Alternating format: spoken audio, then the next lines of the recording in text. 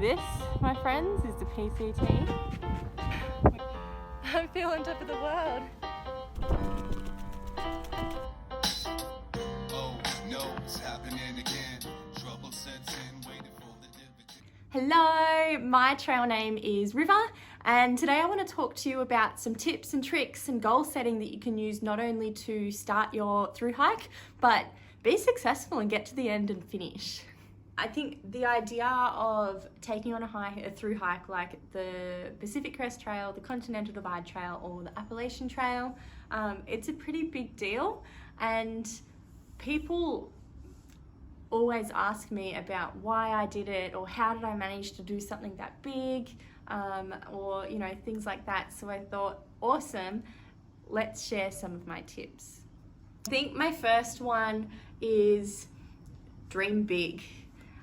It sounds really, really simple, but you need to be a little bit crazy to want to walk the length of a country. And I think everyone kind of thinks you are a little bit crazy, and it's so easy to think about a through hike and just be like, oh, it's too hard, or it's too long, or I couldn't do that, or anything like that. But newsflash, hundreds of people a year prove that it is physically possible for the human body to through hike.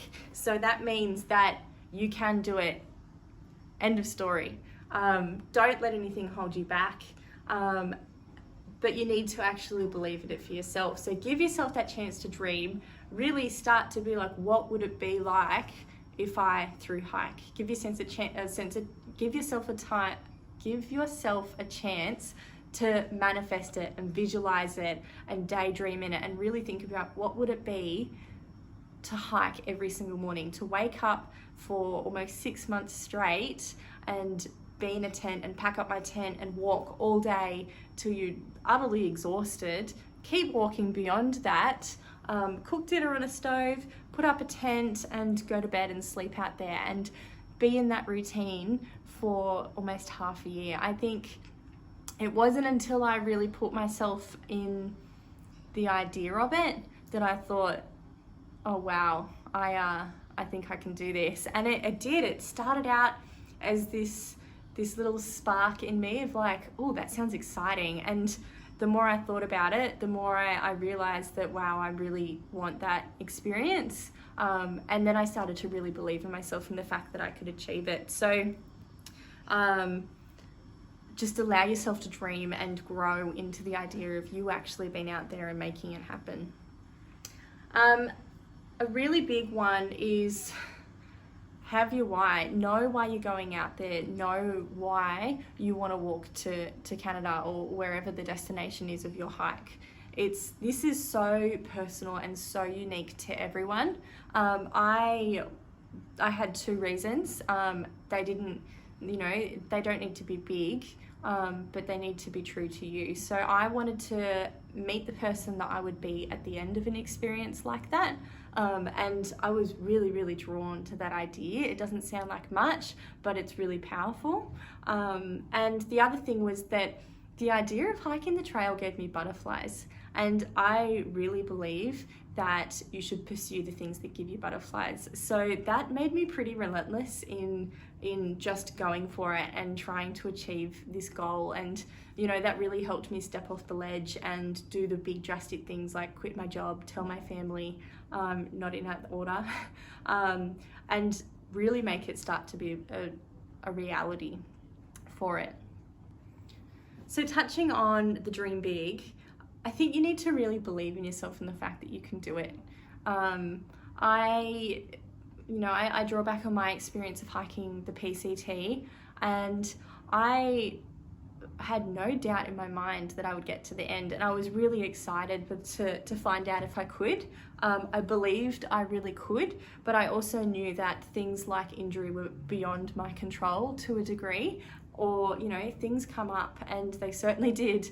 And I think nobody's through hike goes perfectly to plan, but that's what makes it interesting, and that's half the reason. Like, it would be boring if everything did go to plan. So you want that challenge, and you want to be able to think on your feet and be flexible, but you want to genuinely believe in yourself and the fact that you can do that. It is possible, and it's up to you. You know, it is a mental challenge out there. Our bodies can do it. They can, you know, disability aside, or, you know, a normal healthy body can hike it, full stop. So it's up here that you need to be ready, and you need to 100% believe in yourself, because you're in it for the long haul. It's a big trip. It becomes your, you know, I was going to say it becomes your 9 to 5, but you hike well outside those hours, and it's certainly not a walk in the park, that's for sure. So the next step would be to put it in motion. Start telling people, start taking little steps to plan it. You know, work on your budget, work on your logistics plan, figure out, you know, how you're going to get there to the start and the end. You know, once you have those simple logistics things planned, it's removes that element of the unknown about, oh, you know, I'd love to do that hike, but I wouldn't know how. There you go. You've got a plan, then you just need to figure it out. Steps to do, like it's so easy to get ready at your computer and forget to actually train. And that's a huge, huge part of getting ready to do a through hike. So make sure you remember to go out there and go for a walk. It's as simple as that. Get your feet really, really used to hiking. Get used to carrying a backpack. Get used to walking up hills, because there's going to be a bloody lot of them. Doesn't matter which trail you do. And get used to hiking on your own. I always, you know, there's going to be people out there on the trails, but there's going to be times when you're out there on your own as well. And believe me, you don't want to be faced with your first night sleeping on your own, or your first time night hiking on your own when you're on the trail and it's in a situation where you can't control. Do yourself a favor and experience that at home first. It takes so much of the fear out of the situation, and it kind of, you know, it gives you experience to lean back on when you suddenly find yourself alone for the night and you think, oh, here we go. Or instead you're just like, all right, I've done this, I've got this. Like it, you know, you're always going to hear things go bump in the night and all of that, but at least you've got that knowledge that you've made it through a night before, so you can do it again. So put things in motion, really start to tell people about your plans. That's really what makes them come true. It makes you accountable to follow through on it as well. So, you know, share it on social media, share it on your Facebook, tell people you're going to go and do a hike, tell your friends and family. You know, if a lot of people generally leave their workplaces or get extended leave somehow, talk to people about it. People show interest, they ask all these weird and wonderful questions, and sometimes it makes you realize that you don't know the answer and it's something you need to go and look up as well. But the more you talk about it, the more it actually starts to sink in and feel real for yourself as well. And that's all part of accepting, you know, the challenges that you're about to take on. What do you do if your friends and family don't support you in going to do a through hike? I think it's really worth having a conversation with them and understanding if you are meeting resistance from people, understanding why. A lot of people fear for your safety, fear for your future if you're leaving a career and going unemployed for 6 months, or maybe not believe that it's safe out on the trail or that you have the skills. So I was very, very lucky that my friends and family fully supported me. I had already done actually not a whole lot of hiking, but a lot of adventure racing and endurance racing and navigating and camping and shorter hikes and things like that. So everyone was like, oh, okay, like we've seen you doing this stuff all the time. We believe you actually have the skills to pull this off. So go for it. Good luck, have fun.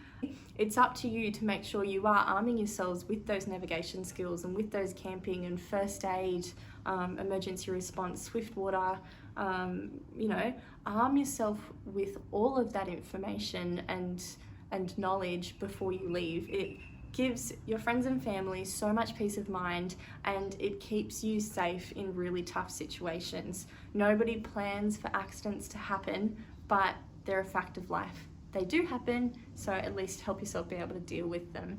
There is so much you can learn now on YouTube, or like going out and just practicing, reading up, doing it for yourself. You don't have to invest heaps of money into courses online or in person, but you know, take your ice axe out to the sand dunes if you're in summer like I was, and play around and figure out how to use it. Or if you do have enough notice, go out to the snow and play around with microspikes or crampons or ice axes and get a feel for what you're meant to be doing. At the very least, YouTube it.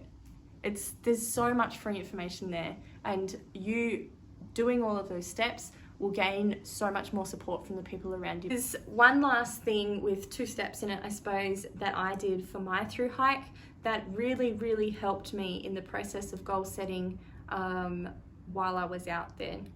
So I wrote myself a letter, and it was a letter for when times were tough. It was something to revisit, to read before I'd even left the country. And it wrote out about, I literally wrote, Dear Heather, you're out on the trail right now. Good luck, good job. You made it happen. That's the biggest obstacle right there. If you can get there to start, you are more than halfway on your way to Canada. Like it is as simple as that. But I wrote to myself and I reminded myself about how excited I was to go out there.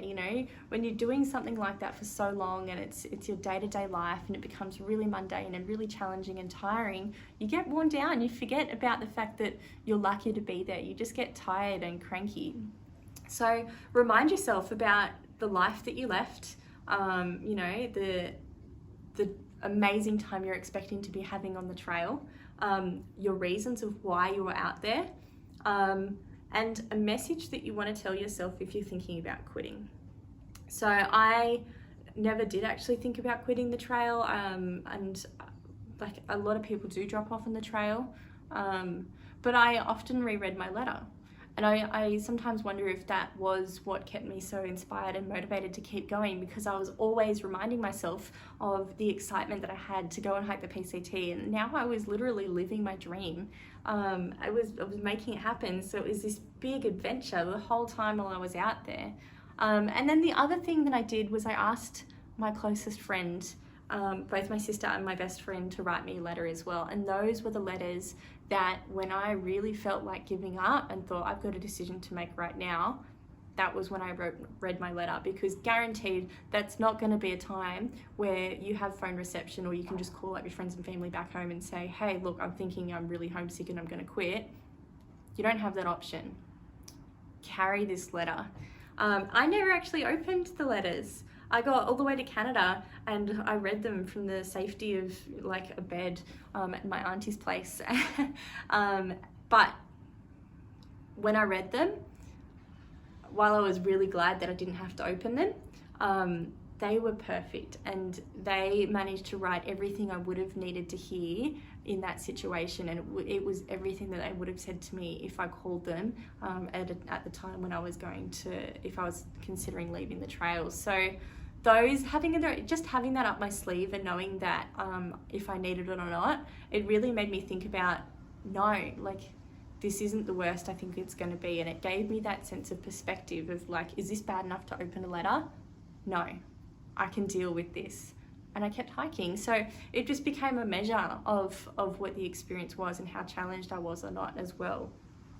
The final thing is break the trip into steps itself. You need to celebrate all the little wins out there. You're not just going to get out there and say, woo, yeah, like, 4,000 kilometers to go. It's about celebrating every town you get to, every water source you manage to find, every meal that you enjoy, every good night's sleep that you have. You really need to hone in and celebrate on all of the wins along the way and all the little steps along the way. There's some pretty big mile markers and milestones out there as well. 500 miles, 1,000 miles, 1,500 miles, 2,000 miles. They're all celebrated. I created celebration dances. I recorded celebration dances to music that was themed to walking every 500 miles, and it was something to think about for that section, and it was always a sense of excitement and a way to share with other people my progress and things like that as well. It made it really, really exciting, and it provided a huge sense of accomplishment, even though I might have been still months away from actually finishing the goal of the through hike. So give yourself a chance to really take in every moment, to appreciate it, and celebrate everything for what it's worth, but also acknowledge the lows. You're doing the hardest thing you're ever going to do in your life, or that you might have ever done in your life so far. So that's not going to come without tears. You know, there are going to be shit nights and they're going to be hard days. And you need to be prepared for that. Because if you're not, you're going to be shocked and you're going to quit. You need to be prepared to face the challenges that you're walking into, and expect them. You know, you need to accept the fact that you're going to be pushed outside your comfort zone, and pushed outside possibly your level of skill, as well. And you're going to be uncomfortable every now and then, not the whole time. There's going to be good days as well, and you just have to focus on them and push through. But having a realistic expectation that is what the experience is going to be like is going to get you a really, really long way. Another thing you have to keep in mind is go in there with a plan. Obviously, you need to know what you're in for, you know, roughly how many resupplies. You want to at least kind of recognize the name of the towns that you're going into, and things like that. You'll hear them come up in conversation. Other hikers will be talking, and if you don't even know the name of the town, you generally start to feel a little bit silly, a little bit unprepared, and kind of left out. So do your planning, have a plan, but then you really need to be willing to be flexible with the plan as well. This was something that I had to let go of a bit. I went in there pretty rigid and knowing, you know, exactly, I had this Excel spreadsheet showing how far I wanted to hike every single day and all of that. But everything is so different once you're actually there that you couldn't possibly predict the things, the curveballs that come the way, the people that you get to meet, and things like that. But you need to be open to change and willing to be flexible with the plan. And if you can't handle that when you're out there, those are the types of the people that don't end up making it the whole way. You know, I had so many delays with fires and snow, and I flip-flopped in the middle and things like that. And I was really, really lucky that I could, and I felt really comfortable when the Sierras were just too crazy. I said, that's all right, I'm going to flip-flop. And so I managed to skip ahead, and then walk backwards. And I already had my resupply plan. I knew in my head exactly where I was going to be stopping and things like that. So I was really comfortable with the idea of being able to change the plan and still work it to how I wanted it. But if I had no idea what the trail was like ahead and things like that, that would have been a really big excuse, I suppose, or a really big reason to leave the trail. And when, you know, there's a crazy snowpack year and things like that, that's when people do go. But instead, you know, you've got an idea of what you're in for, you can work around it, you can, you know, loosely stick to the plan, but be flexible, take a side trip, come back to it, let the snow melt a bit, you know, change your direction, make it a longer carry, make it a shorter carry. You know, you have so many options, so allow yourself to be with that as well and be flexible. So that's pretty much the majority of my biggest tips for goal setting and getting you, you know, getting you to successfully finish a through hike. So good luck and dream big and pursue everything that gives you butterflies, because it is amazing what you can do when you walk along a trail like that. It's just, and it's an indescribable experience. So good luck, and I hope you succeed.